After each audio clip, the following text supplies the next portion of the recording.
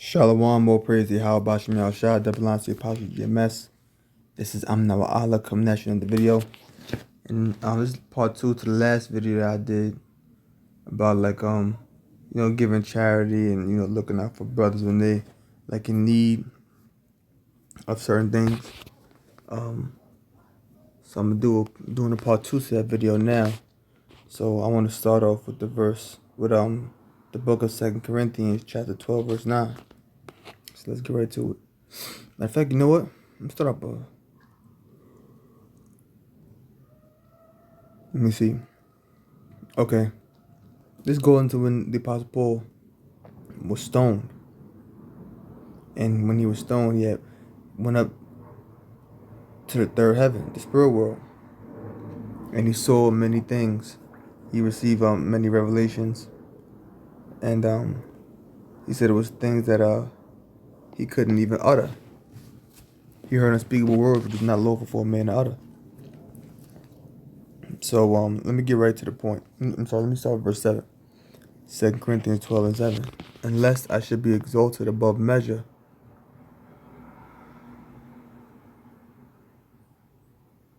Alright, unless I should be exalted above measure through the abundance of the revelations that was given me.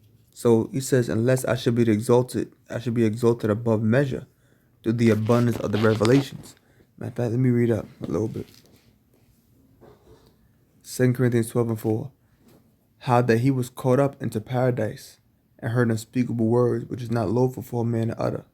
Of such one will I glory, yet of myself I will not glory. So he's going to glory in the Lord, Yahweh Shai, not in his own self. Yet of myself I will not glory, but in mine infirmities. For though I would desire to glory, I should not be a fool, for I will say the truth, but now I forbear, lest any man should think of me above that which he seeth me to be, or that he heareth of me. So the Apostle Paul is not going to glory himself, because that'll make him a fool. Because he don't want any man to think of him above that which he sees him or hears him to be. So the Apostle Paul saw many things when he was in the spirit world, he was in paradise in the third heaven with the Lord. Yeah, I heard many things.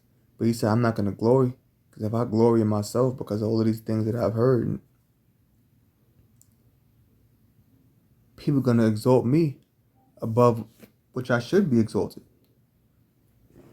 So then he went on to say, a thorn in the flesh. Right, it says thorn in the flesh. Verse 7. Unless I should be exalted above measure through the abundance of the revelations. Because if he gloried in himself, he'd be exalted above measure through the abundance of the revelations that he had heard, that he had witnessed. There was given me a thorn in the flesh. So there was a thorn in his side, so to speak. In other words, it was something that was a hindrance unto him.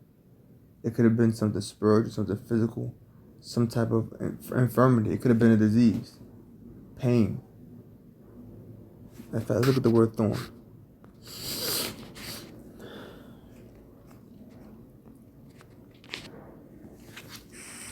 Strong's G 4647. Scallops.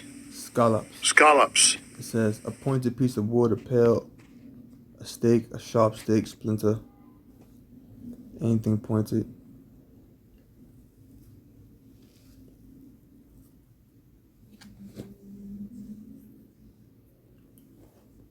So with some level of suffering. Right here it says, of the apostle's thorn in the flesh. Of the apostle's thorn in the flesh. His language indicates that it was physical, painful, humiliating. So it was something. You're not sure what it was. So it was something that the Apostle Paul was going through. Matter of fact, hold on. Now, if you go on Google and type in thorn in my side, it says annoy you phrase. If you describe someone or something as a thorn in your side or a thorn in your flesh, you mean that they are a continuous problem to you or annoy you. So it's something that the Apostle Paul was going through that was a continuous problem, a continual annoyance. It could have been some type of ailment, physically, something spiritual. We're not sure what it is.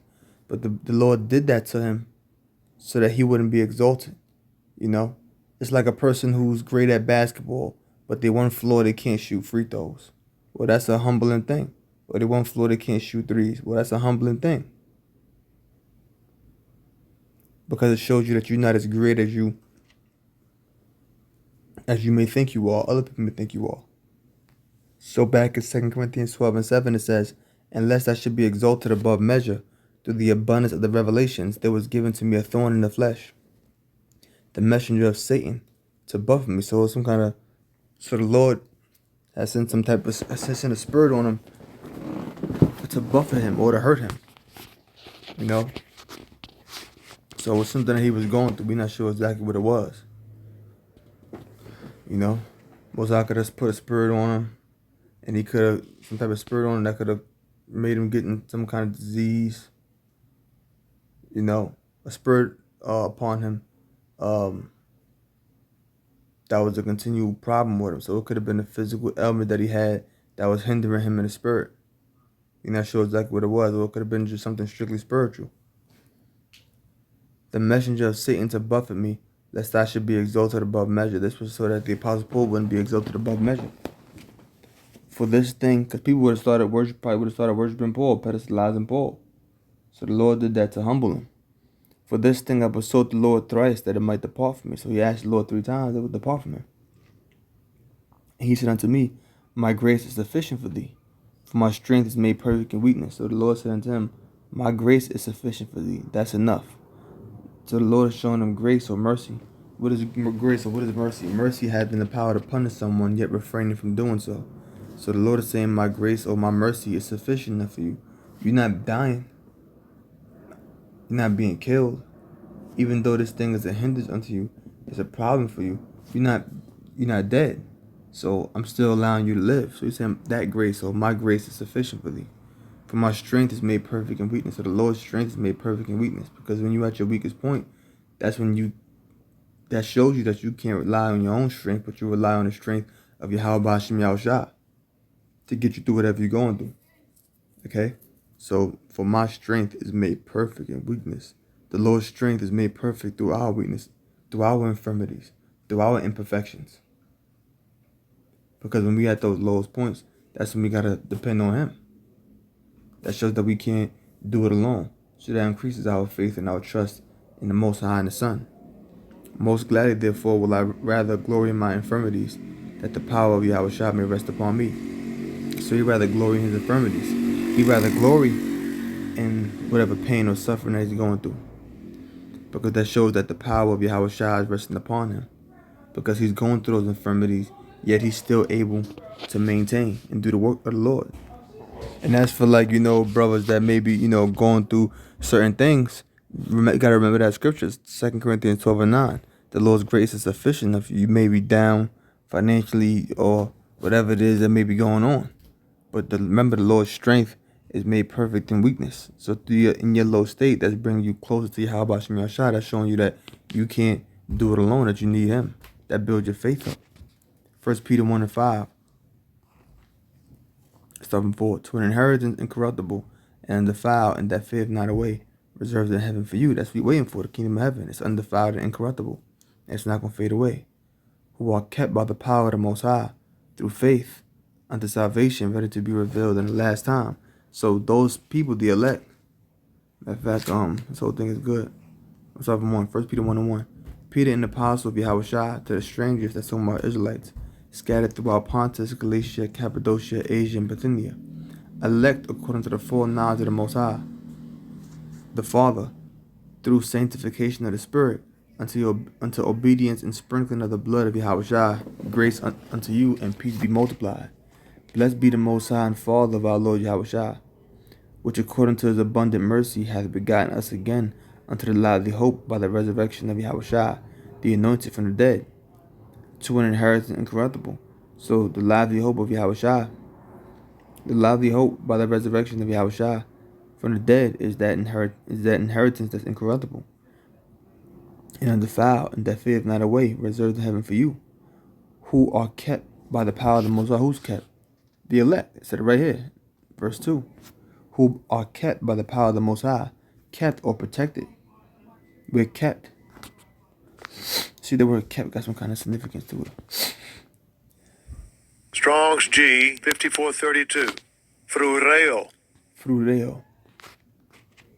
To guard, see, protect by military guard, either to prevent hostile invasion or to keep the inhabitants of a besieged city from flight.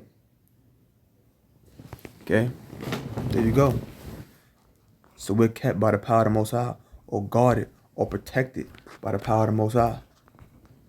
Who, lower than we the elect, who are kept by the power of the Most High through faith. So we're kept or guarded by the power of the Most High through our faith. And that faith is what? Our trust in the Lord. Faith is the substance of things hoped for, the evidence of things not seen. And when you're going through certain things, when you're at your weakest state, that builds your faith up. My strength is made perfect in weakness. When you're weak, you got to trust in the Lord. Those are the ones who are kept by the power of the Most High through faith. Those are the ones who are protected by the power of the Most High through their faith. Unto salvation, ready to be revealed in the last time. Right? Faith unto salvation, because those that maintain their faith unto the end, they're going to be saved. Ready to be revealed in the last time, and those elect is going to be revealed in the last time when the Lord comes back. Okay? Remember the scripture says, for by grace are you saved through faith. It is a gift of the Most High. That's in the book of Ephesians. That's Ephesians 2 and 8. Isaiah 4 and 6. And there shall be a tabernacle for a shadow in the daytime from the heat. So think of a tabernacle. Think of some type of covering like a tent that's over you. It's a shadow in the daytime from the heat. It's a protection. Something that's protecting you. If it's hot, what do? You stand in the shade. Okay? So the Lord is going to be like a tabernacle. A protection. For a shadow in the daytime from the heat. Like a shadow in the daytime from heat. And for a place of refuge. A place of refuge is what? You go to protect for protection. And for a covert protection from storm and from rain. And that happens. You're only going to get that if your faith is built up. So when you tie this into the first video I did through the Spirit, going into helping brothers when they're in need, Scripture speak about charity covering a multitude of sins. Scripture speak about loving your brother. That's building up your faith too, because you're doing the right thing. So now when times go bad, you know the Lord going to look out for you. And that brother who was in need, maintaining his faith, when times go bad, he know the Most High can get him out of that predicament too. The way the Most High got him out of other situations he was in.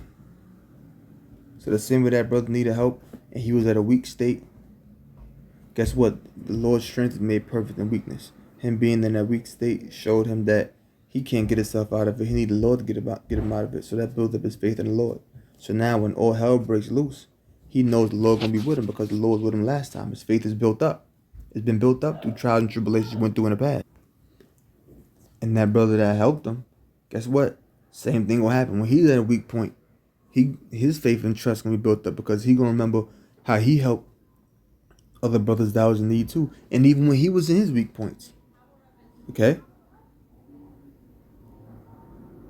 So that's all I wanted to get into. Lightly touch that, you know. So with that I'm gonna close. I'm still praise you. How about Shema Shah, double line, see Apostle GMS. Oh, you better learn something. Shalom.